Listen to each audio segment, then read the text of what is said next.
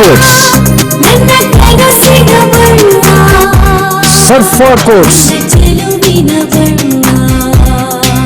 ಸರ್ಫಾ quotes ರವರ ಸುದೀರ್ಘ ಬಾಳಿಕೆಯ ಸುಂದರವೂ ಆದ ಜಲಾಧಾರಿತ ಪರಿಸರ ಸ್ನೇಹಿ ಪೇಂಟ್ಗಳನ್ನೇ ಬಳಸಿ. Surfa luxury emulsion paint, odourless, low VOC, good for health, good for earth. Surfa quotes.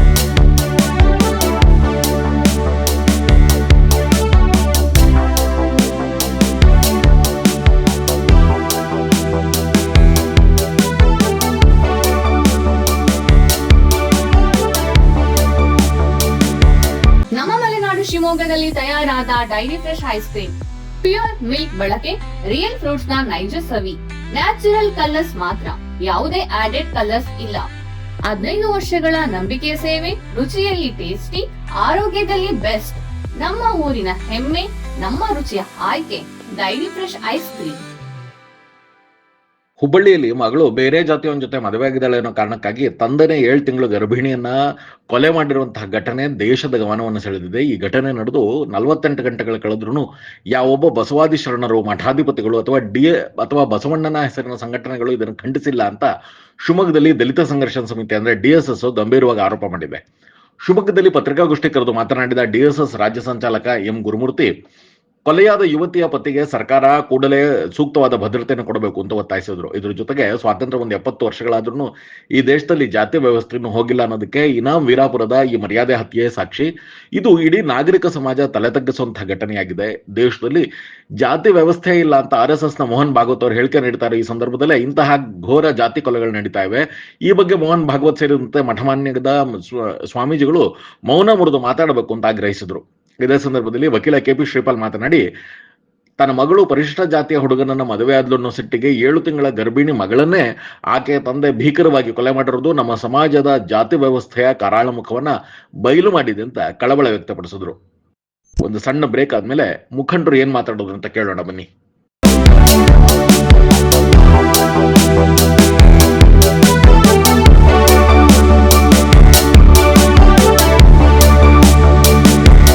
ನಮ್ಮೆಲ್ಲ ಗ್ರಾಹಕರಿಗೆ ಕ್ರಿಸ್ಮಸ್ ಮತ್ತು ಹೊಸ ವರ್ಷದ ಶುಭಾಶಯಗಳು.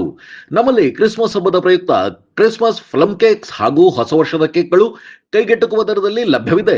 ಸಂಪರ್ಕಿಸಿ ಕೇಕ್ ಕೆಫೆ, 8 ರಸ್ತೆ, ಟೆಂಪೋ ಸ್ಟ್ಯಾಂಡ್ ಹತ್ತಿರ, ಶಿವಮೊಗ್ಗ. 100 ಅಡಿ ರಸ್ತೆ, ಗೋಪಾಲಗೌಡ ಬಡಾವಣೆ, Shivamogga. Ameer Ahmed circle, city centre ಎದುರು, BH ರಸ್ತೆ, Shivamogga. Gandhinagar, B block, hotel Vidhatri Bhavan, Ganapa complex, Shivamogga. ಮತ್ತು ರತ್ನ ಆರ್ಕೆಡ್, ನಂಜಪ್ಪ ಆಸ್ಪತ್ರೆ ಹತ್ತಿರ, ಕುವೆಂಪು ರಸ್ತೆ, ಶಿವಮೊಗ್ಗ. ನಿಮ್ಗೆ BP, ಶುಗರ್ ಇದೆಯಾ? ನಿಮ್ ಬ್ಲಡ್ ಅಲ್ಲಿ ಕೊಲೆಸ್ಟ್ರಾಲ್ ಲೆವೆಲ್ಸ್ ಜಾಸ್ತಿ ಇದೆಯಾ? ಈ ಚೈನ್ ಸ್ಮೋಕರ್ ಇದ್ರ ಅಂಡ್ ನಿಮ್ಗೆ ಏನಾದ್ರು ಕಿಡ್ನಿ ಸಮಸ್ಯೆ ಇದೆಯಾ? ಈ ತರ ಎಲ್ಲ ಇದ್ದು ನಿಮ್ ಕಾಲಲ್ಲಿ ನಡೆಯುವಾಗ ನೋವು ಬರೋದು, ಇಲ್ಲ ಕಾಲಲ್ಲಿ ಆರ್ದೇ ಇರುವಂತದ್ದು ಹುಣ್ಣಿರೋದು ಏನಾದ್ರು ಇದ್ರೆ ನಿಮ್ಗೆ ನಿಮ್ಮ ರಕ್ತನಾಳದಲ್ಲಿ ಬ್ಲಾಕ್ ಇದೆ ಅಂತ ಅರ್ಥ. ನಾನು doctor Nishita, consultant endovascular and intervention radiology, Nanjappa life care. ಈ ತರ ಸಿಂಪ್ಟಮ್ಸ್ ಇರೋರಿಗೋಸ್ಕರ ನಾವು ಒಂದು ಪೆರಿಫೆರಲ್ ಆರ್ಟರಿ ಡಿಸೀಸ್ ಕ್ಯಾಂಪ್ ನ ಕಂಡಕ್ಟ್ ಮಾಡ್ತಾ ಇದೀವಿ ನಂಜಪ್ಪ ಲೈಫ್ ಕೇರ್ ಅಲ್ಲಿ ಡಿಸೆಂಬರ್ 8 ಇಂದ ಡಿಸೆಂಬರ್ 31 ವರೆಗೂ. ಈ ಕ್ಯಾಂಪ್ ಅಲ್ಲಿ ನಾವು ನಿಮ್ದು ರಕ್ತನಾಳದಿರೋ ಬ್ಲಾಕ್ ನ ಡಯಾಗ್ನೋಸಿಸ್ ಮಾಡ್ತೀವಿ ಅಂಡ್ ಅದಕ್ಕೆ ಎಂಡೋವಾಸ್ಕ್ಯುಲರ್ ಟ್ರೀಟ್ಮೆಂಟ್ ಮಾಡ್ತೀವಿ. ಅಂದ್ರೆ ಪಿನ್ ಹೋಲ್ ಸರ್ಜರಿ, ಒಂದು ಸಣ್ಣ ಸೂಜಿ ಗಾತ್ರದ ರಂಧ್ರದಿಂದ ನಿಮ್ಮ ರಕ್ತನಾಳದಲ್ಲಿರೋ ಬ್ಲಾಕ್ಸ್ ನ ಓಪನ್ ಮಾಡ್ತೀವಿ.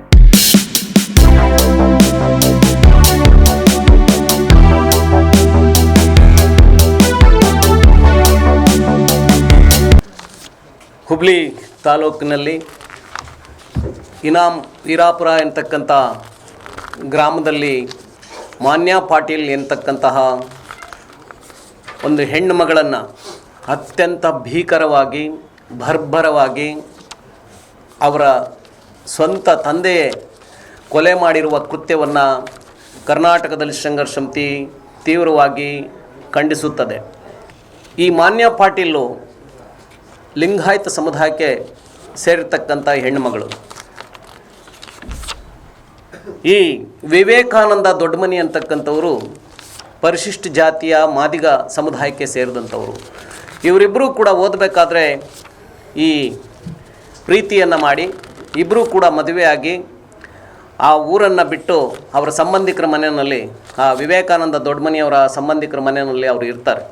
ಇತ್ತೀಚೆಗೆ ತಾನೇ ಅವರು ಇನಾಮ್ ವೀರಾಪುರ ಗ್ರಾಮಕ್ಕೆ ಬಂದಿರತಕ್ಕಂಥ ವಿಷಯವನ್ನು ತಿಳ್ಕೊಂಡಂತಹ ಮಾನ್ಯ ಪಾಟೀಲ್ರವರ ತಂದೆ, ಅವರ ಮಗ, ಅವರ ಅಣ್ಣ ತಮ್ಮಂದಿರೆಲ್ಲ ಸೇರಿ ಈ ಒಂದು ಹೀನ ಕೃತ್ಯವನ್ನು ಮಾಡಿದ್ದಾರೆ. ಇತ್ತೀಚೆಗೆ ಮೋಹನ್ ಭಾಗವತ್ರವರು ಬೆಂಗಳೂರಿನಲ್ಲಿ ಒಂದು ಹೇಳಿಕೆಯನ್ನು ಕೊಟ್ಟಿದ್ದರು. ಏನು ಅಂತ ಹೇಳಿದ್ರೆ, ಭಾರತದಲ್ಲಿ ಜಾತಿಗಳಿಲ್ಲ, ನಿಜವಾಗಿಯೂ ಕೂಡ ಜಾತೀಯತೆ ಇಲ್ಲ, ಜಾತಿ ಕುರಿತ ಗೊಂದಲ ಮಾತ್ರ ಇದೆ, ಅದನ್ನು ರಾಜಕೀಯ ಲಾಭಕ್ಕಾಗಿ ಸೃಷ್ಟಿಸಲಾಗಿದೆ ಅನ್ನುವಂಥ ಮಾತನ್ನು ಅವರು ಹೇಳಿದರು. ಸೊ ಇವರು ಹೇಳಿರ್ತಕ್ಕಂಥ ಮಾತಿಗೂ ಈ ಕೊಲೆಗೂ ಎಲ್ಲೋ ಒಂದು ಕಡೆ ಪ್ರಚೋದನೆಯನ್ನು ನೀಡಿದಂಗಾಗಿದೆ. ಈಗ ಜಾತಿ ಇಲ್ಲ ಅನ್ನೋದಾದರೆ, ಈಗ ಮೋಹನ್ ಭಾಗವತ್ರವರು ಈ ದೇಶದಲ್ಲಿ ಜಾತಿ ಇಲ್ಲ ಅನ್ನೋದಾದರೆ ಅಲ್ಲಿ ಯಾಕೆ ಕೊಲೆ ಆಗುತ್ತೆ?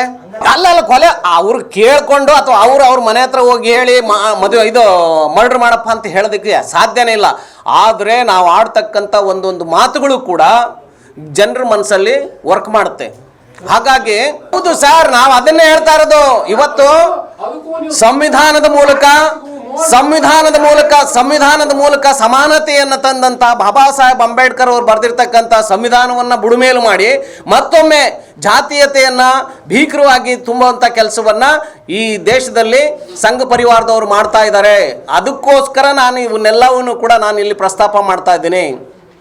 ಈ ವಿಷ ಬೀಜಗಳಿದೆಯಲ್ಲ ಅವರ ತಲೆಗಳಲ್ಲಿದೆ. ಇಲ್ಲಾಂದರೆ ಈಗಾಗಲೇ 2-3 ದಿನಗಳ ಇದರಲ್ಲಿ ಒಬ್ಬ ಮಠಾಧೀಶರಾಗಲಿ ಅಥವಾ ಒಬ್ಬರಾಗಲಿ ಅದನ್ನು ಖಂಡಿಸ್ಬೇಕಿತ್ತು. ಯಾಕೆ ಖಂಡಿಸ್ಬೇಕಂದ್ರೆ ಸಮಾಜದಲ್ಲಿ ಮಠಾಧೀಶರ ಮಾತುಗಳನ್ನು, ರಾಜಕಾರಣಿಗಳ ಮಾತುಗಳನ್ನು, ಸಮಾಜದಲ್ಲಿ ಅತ್ಯಂತ ಗಣ್ಯವಾಗಿರ್ತಕ್ಕಂಥ ವ್ಯಕ್ತಿಗಳು ಇದನ್ನು ಮಾತನಾಡಿದ್ರೆ ಸಮಾಜದ ಬೇರೆಯವರು ಕೇಳ್ತಾರೆ. ನಾವು ಮಾತನಾಡಿದ್ರೆ, ನಾವು ಶಿವಮೊಗ್ಗದಲ್ಲಿ ಪ್ರೆಸ್ ಮೀಟ್ ಮಾಡಿದ್ರೆ ಶಿವಮೊಗ್ಗ ಜಿಲ್ಲೆಗೆ ಗೊತ್ತಾಗ್ಬೋದು. ಆದರೆ ಒಬ್ಬ ಮಠಾಧೀಶನೋ ಅಥವಾ ಒಬ್ಬರ ಮಂತ್ರಿಯೋ ಒಬ್ಬ ರಾಜಕಾರಣಿಯೋ ದೊಡ್ಡ ನಾಯಕರು ಮಾತನಾಡಿದ್ರೆ ಅದು ಜನ ಆಲಿಸ್ತಾರೆ. ಇದು ಅತ್ಯಂತ ಆ ಘಟನೆ ಹೇಯವಾಗಿದ್ದು, ಅಮಾನವೀಯವಾಗಿದ್ದು, ಜೊತೆಗೆ ಇದನ್ನು ಖಂಡಿಸ್ತೇ ಇರ್ತಕ್ಕಂಥವ್ರು ಕೂಡ ಆ ಘಟನೆಯಲ್ಲಿ ಭಾಗಿಯಾದಂಗೆ ಒಂದು ಅನ್ಯಾಯವನ್ನು ನೋಡಿ ಅದನ್ನು ದೂರನ್ನು ದಾಖಲಿಸಿ ಹೆಂಗೆ ಇದ್ದರೆ ಆರೋಪಿಗಳಾಗ್ತಾರೋ ಅದೇ ರೀತಿಯಲ್ಲಿ ಅವರು ಕೂಡ ಅದರಲ್ಲಿ ಭಾಗಿಗಳು ಅಂತೇಳಿ ನಾನು ಈ ರಾಜ್ಯದ ಎಲ್ಲ ಧರ್ಮದ, ಅದೇನು ವೀರಶೈವ ಲಿಂಗಾಯತರು ಅಂತಲ್ಲ, ಎಲ್ಲ ಧರ್ಮಗುರುಗಳು ಕೂಡ ನಾವು ಹಿಂದೂ ರಾಷ್ಟ್ರ ಕಟ್ತೀವಿ. ಹಾಗಾದರೆ ಹೆಣ್ಮಗಳು ಹಿಂದೂ ಅಲ್ವಾ? ಅವಳು ಸತ್ತೋಗಿರ್ತಕ್ಕಂಥವ್ರು ಹಿಂದೂ ಅಲ್ವಾ? ಅಥವಾ ಕುಟುಂಬದವ್ರು ಅವ್ರು ಯಾರು ಹಿಂದೂ? ಎರಡೂ ಕುಟುಂಬ, ಲಿಂಗಾಯತ ದಲಿತ ಇರ್ಬೋದು, ಇಬ್ಬರು ಹಿಂದೂಗಳಿರ್ತಾನೆ.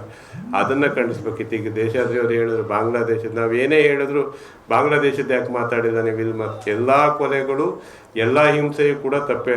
ಅದು ಬಾಂಗ್ಲಾದೇಶದಲ್ಲಾಗಲಿ, ಧಾರವಾಡದಲ್ಲಾಗಲಿ, ಶಿವಮೊಗ್ಗದಲ್ಲಾಗಲಿ ಅಥವಾ ಎಲ್ಲಾದರೂ ಕೂಡ ಅದು ತಪ್ಪೇನೆ. ಇದು ನಡಿಬಾರ್ದು. ಈ ರೀತಿಯ ಹೇಯ ಕೃತ್ಯಗಳನ್ನು ನಾವು ಶಿವಮೊಗ್ಗದ ಎಲ್ಲ ನಾಗರಿಕರ ಪರವಾಗಿ ದಲಿತ ಸಂಘಟನೆ ಮತ್ತು ನಾವೆಲ್ಲರೂ ಕೂಡ ತೀವ್ರವಾಗಿ ಖಂಡಿಸ್ತೀವಿ.